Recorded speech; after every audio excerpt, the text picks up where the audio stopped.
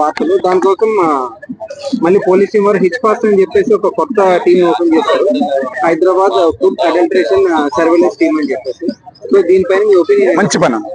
రేవంత్ అన్న అనిపించాడు ఈ రోజు. హైడ్రాతో హైదరాబాద్ ని కదిలిచ్చాడు. మళ్ళీ ఫుడ్ తో ఇంకో ప్రపంచంలో ఉన్న రికార్డు రాయబోతున్నాడు అని అనుకోవచ్చు. ఎందుకంటే భయంకరంగా జరుగుతుంది అన్న కల్తీ అనేది. రోడ్ల మీద చూస్తున్నాం కదా, భయంకరంగా ఎక్కడ పడితే అక్కడ రోడ్ల మీద పెట్టేస్తున్నారు. రీసెంట్ గా ఇదే చూడండి, రీసెంట్ గా ఎక్కడ ఉన్నాయో ఫుడ్ శాఖలు చూడండి, ఏవి పడతాయి 10 రూపాయలు తక్కువ అంటే తినేస్తున్నామన్నా. దాని కల్తీ ఎంత ఉంటుందో ఏందనేది అర్థం కాదు. ఎండాకాలం వచ్చింది, జ్యూస్ భయంకరంగా తాగుతున్నాం, ఏవి పడతాయి వాటిలో ఎంత కల్తీ జరుగుతుందో ఏందనేది తెలుసా? ఎక్కడా లేని కల్తీ అనేది హైదరాబాద్ లో ఉంది, బయట పడబోతుంది అనేది ప్రతిరోజు రేపటి నుంచి చూడబోతున్నాం అనేది పెను మార్పు రాబోతుంది. లైసెన్స్ లేకుండా ఎంతమంది ఉన్నారు ఏంటి అనేది మొత్తం జాతకమే తీయబోతున్నాడు రేవంత్ అన్న. ఇది ఒక మంచి నిర్ణయం, ఒక మంచి ప్రణాళిక. దీనితో ఒక మార్పు రాబోతుంది గ్రేటర్ సిటీలో అని నేను అనుకుంటాను. అంటే ఇప్పుడు రీసెంట్ గా మామిడి పళ్ళు సీజన్ స్టార్ట్ అయింది. పండ్లు ఇంకా తీసుకుంటానే కెమికల్స్ తో ముగించిన పళ్ళు అవి కూడా రోడ్డు మీద అమ్ముతున్నారు. అండ్ మోర్ ఓవర్ వచ్చేసి బయట ఎక్కడ చూసినా సరే ఈ రీయూజ్ ఆయిల్ అనేది ఎక్కువ ఉంది.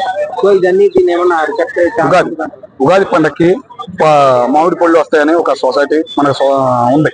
కానీ ఫిబ్రవరిలోనే మామిడి పళ్ళు చూసాం తెలుసా? ఇదేందిరా బాబు, ఏంది మామిడి పళ్ళు ఇప్పుడు రావడం ఏంది ఏందని చూస్తే మొత్తం కల్తీ.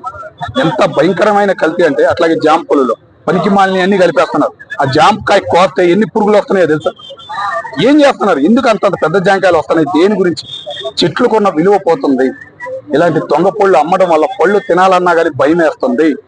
మనకి ఎంతో ఇంపార్టెంట్ అన్న పళ్ళు. మనం తిండి పదార్థాలే ఎక్కువ తింటాం, కానీ ఈ పళ్ళు అనేది తినడం వల్ల ఆరోగ్యం చాలా బాగుండిద్ది అనేది ఈ మధ్య కాలంలో అందరికీ తెలుస్తుంది. పెద్ద పెద్ద డాక్టర్లు అయినా కానీ ఇదే చూస్తున్నారు. కానీ ఇంత భయంకరంగా కల్తీ జరుగుతుందంటే చాలా కల్తీ ఉంది. పెద్ద పెద్ద రెస్టారెంట్ల దగ్గర నుంచి చిన్న వాడి దాకా ప్రతి ఒక్కది చెక్ చేయండి సార్. ఎన్నో జరుగుతున్నాయి లోపల.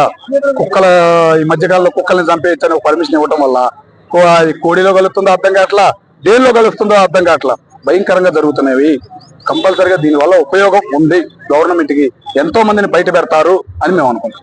అంటే దీనికి సపరేట్ నెంబర్ కూడా ఇచ్చారు, టోల్ ఫ్రీ నెంబర్ కింద. పబ్లిక్ కూడా ఏమన్నా ఫోన్ చేసి కంప్లైంట్ ఇవ్వచ్చు. కంపల్సరీ హైడ్రా చూసావు కదా ఎన్ని కంప్లైంట్లు వెళ్ళినాయో, ఎంత రియాక్షన్ ఉందో.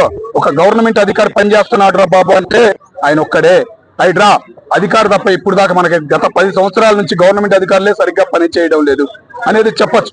ఈయన ఉదాహరణ. గవర్నమెంట్ అధికారి ఎవరైనా పని చేస్తున్నాడంటే ఈయన ఒక్కడే అని కళాఖండగా చెప్పొచ్చు. అట్లాంటి అధికారినే మళ్ళీ దీనిలో కూడా నిర్మిస్తే ప్రతిరోజు బయటికి చాలా విషయాలు బయటకు వస్తాయని నేను.